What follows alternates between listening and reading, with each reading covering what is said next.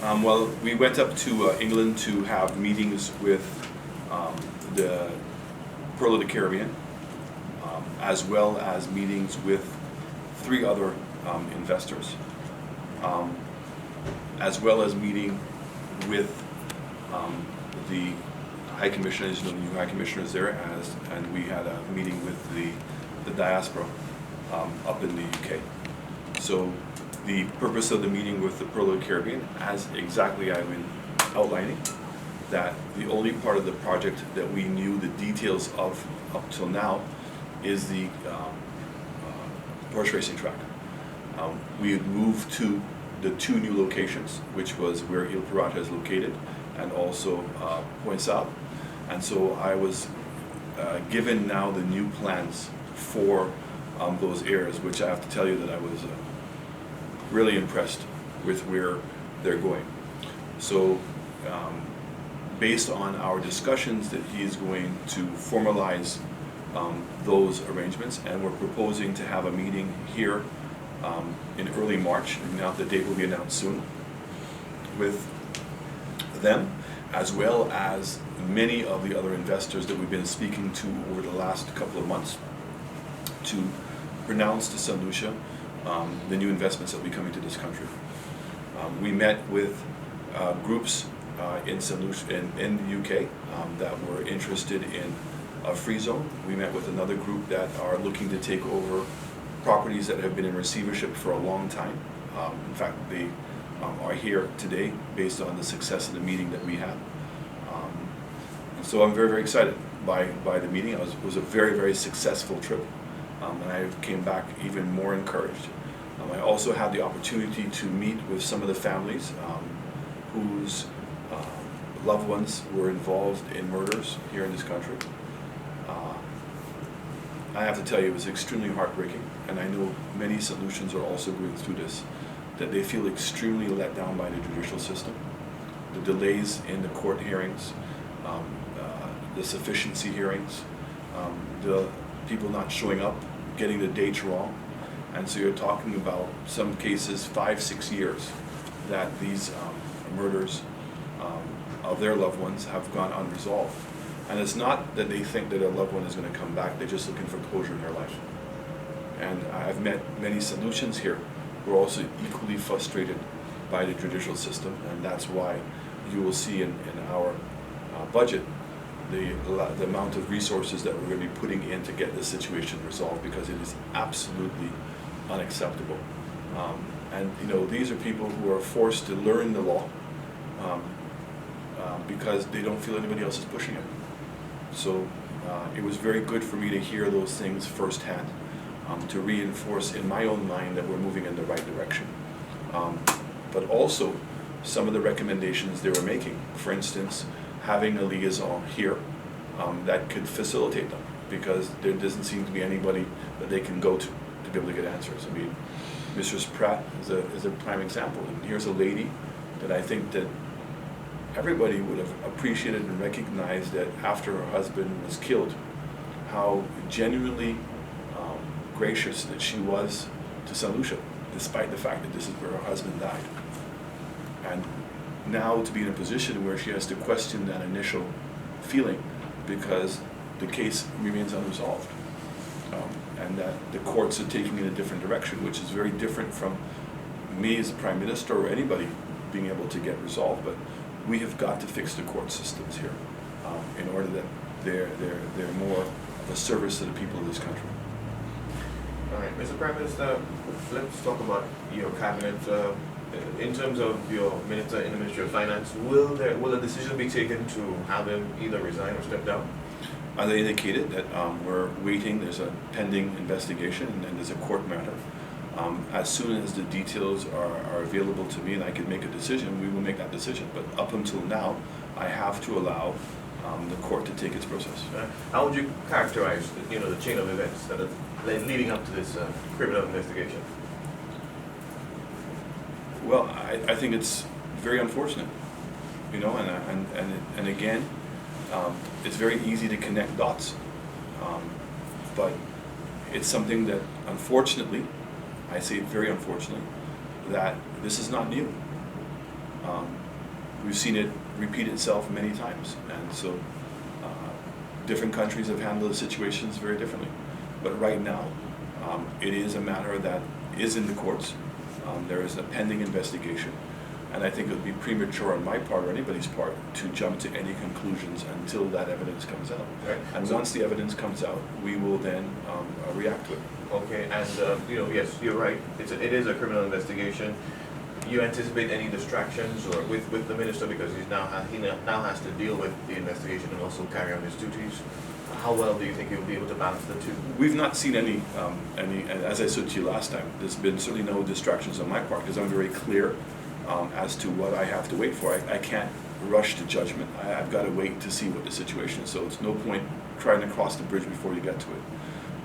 Mr. Raymond has been coming to work diligently and been continuing to conduct himself, and we have not seen any distractions in that regard as yet.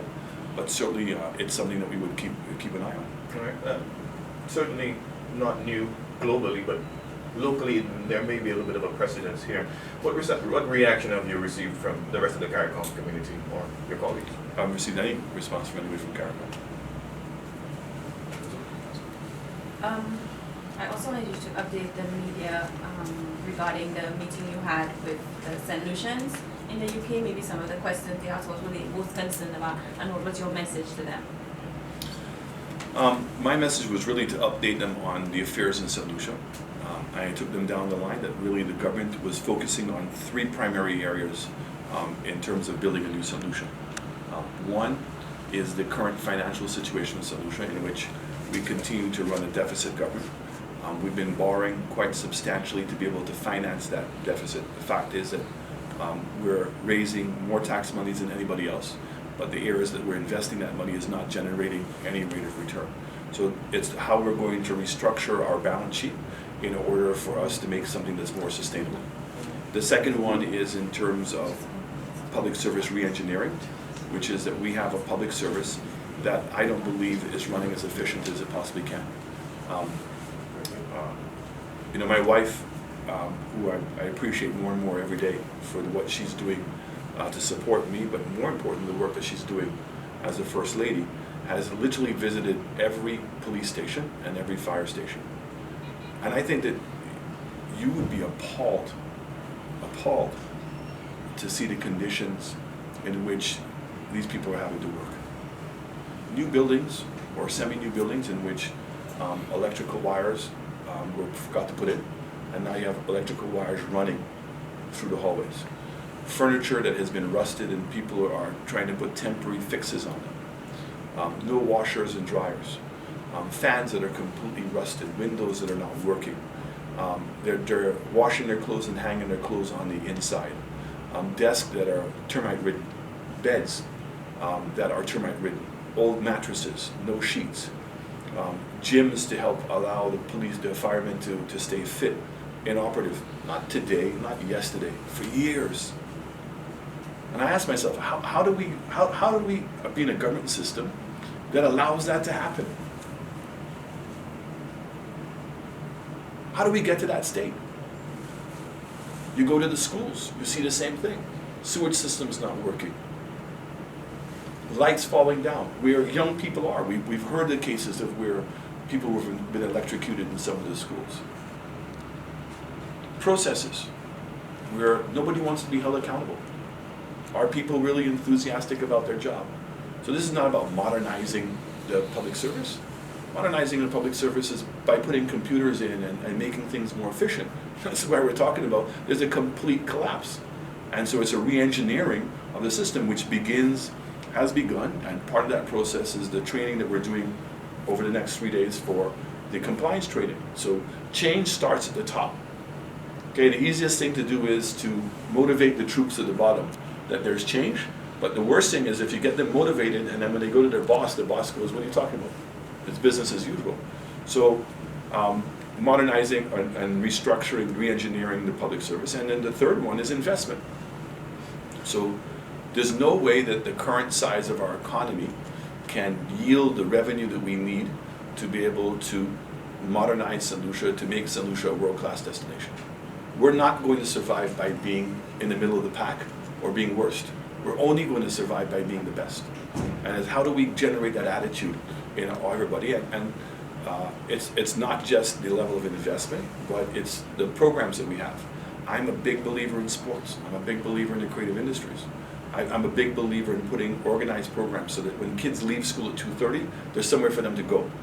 I think that when you have competitive sports, right, that all of a sudden people become more disciplined, they become more focused. And in sports, you learn a lot about life. You learn about teamwork. You learn crisis management. You learn how to deal with conflicts. Okay, you learn to be competitive. You learn to lose, right? So these are incredible values that sports and any competitive thing that you do resolves that.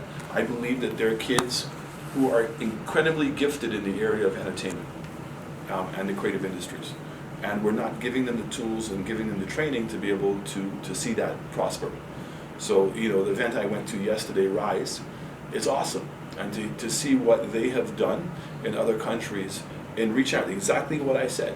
You're not going to fight or beat gangs by violence, by trying to be hard. It's about embracing them and letting them know that they're part of our society and there's a role that they have to play. And get them to know that by contributing to society, they're going to make their own lives better. And this idea that Saint Lucians are killing Saint Lucians, who are we blaming that on? Who are we blaming that on? We run our own country. Why are we resorting to that? And shows a complete breakdown and lack of respect that we have for each other. And we may have all our differences, we may be unhappy with what our plight in life is, but does that still justify you killing somebody? And so we've got to reach out and get more people engaged, and that's why these extra activities, and they've seen the same thing. After school activities are very, very important towards the development. So this is the discussion that we had with the diaspora. Questions were along the lines of the new airport tax that we're putting in, whether it applies for children. The DSH project, we had a couple of questions on that. Investment opportunities for them returning home, and the incentives that would be made available to them in terms of returning home. What they thought, what we thought the Brexit was going to offer us as a destination. So it was a healthy dialogue. There was absolutely no hostility, and we were able to spend a fair amount of time even after the event interacting. So it's the first of many interactions that we hope to have with the UK diaspora, and the same thing will apply now to Canada and the US and other parts of the region. We wanted them to know that they are part of our plan. We want to see them to be able to invest. The new sovereign fund that we're going to be creating would be a vehicle where they can invest money into the sovereign fund. We're going to be trying to negotiate with the US, the UK, and Canada that if West Indians invest into this diaspora fund, they could do it tax-free, because we would make their investment into the fund tax-free as well. So it was a very healthy dialogue. Okay, what were some of the main concerns as it relates to the DSH project by the diaspora? Not concerns, just clarification. You know, the idea of Sandy Beach. You know, they said, why have I not informed people that are we developing on Sandy Beach? I said, no. You know, Sandy Beach is to remain a national park. They spoke about the lease for the dollar for the acre per year. And I said, yes, that's true, but that lease is for public lands. So these are for lands in which they're going to invest in infrastructure to improve those lands for public use, and there's not revenue generating. So the horse racing track is an example, right? The gentleman's going to invest over $30 million in building the horse racing track. But the money doesn't stop there. Who's going to pay the salaries of the people? Who's going to pay to feed the horses? The only revenue stream that the horse racing track will get is the lottery. But the lottery is not going to generate enough money by itself. But the horse racing track is to be an enticement in order to encourage the other investors. So the meeting that we will have in March, you will see exactly what Mr. Aking has done, which is that he's put together a master plan and gone around the world to find investors to take pieces of it. And this other idea, which is, you know, ridiculous, and they keep on talking about Chinese investment. Yes, there'll be some Chinese investment, but it doesn't mean that they're going to be Chinese contractors in all of the investments. They are Chinese contractors that are interested in building.